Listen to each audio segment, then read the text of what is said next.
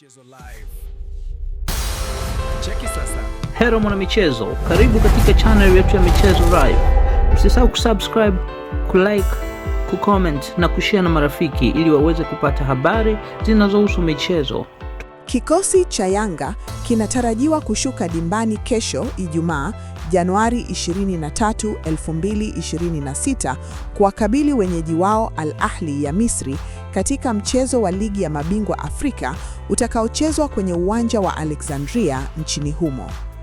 Akizungumza kuelekea mchezo huo mkubwa, kocha mkuu wa Yanga, Pedro, amesema wanafahamu ukubwa wa mpinzani wao, akieleza Al Ahly ni klabu kubwa zaidi barani Afrika na klabu ya karne, jambo linalowalazimu kuwapa heshima wanayostahili.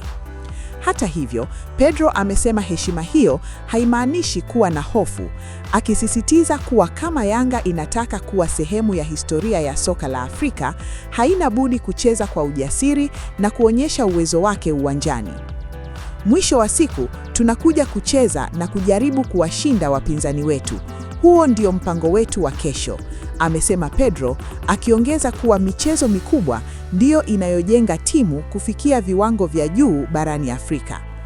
Ameeleza kuwa ili kufikia kiwango cha juu ni lazima kucheza dhidi ya timu bora, akibainisha kuwa ana imani na kikosi chake kwa kuwa kina wachezaji wenye ubora, uzoefu na hamu kubwa ya kupambana kwa ajili ya nembo ya klabu. Kocha huyo ameongeza kuwa licha ya kundi lao kuwa gumu na lenye timu zenye historia kubwa na mataji mengi Afrika, Yanga ina mipango ya muda mrefu ya kuwa miongoni mwa timu bora barani Afrika.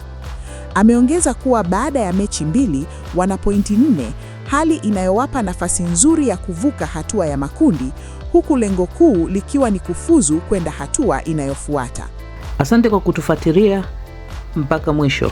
Usisahau kusubscribe na kuacha maoni yako. Ikiwa umependa channel hii, acha maoni yako hapo, share na marafiki.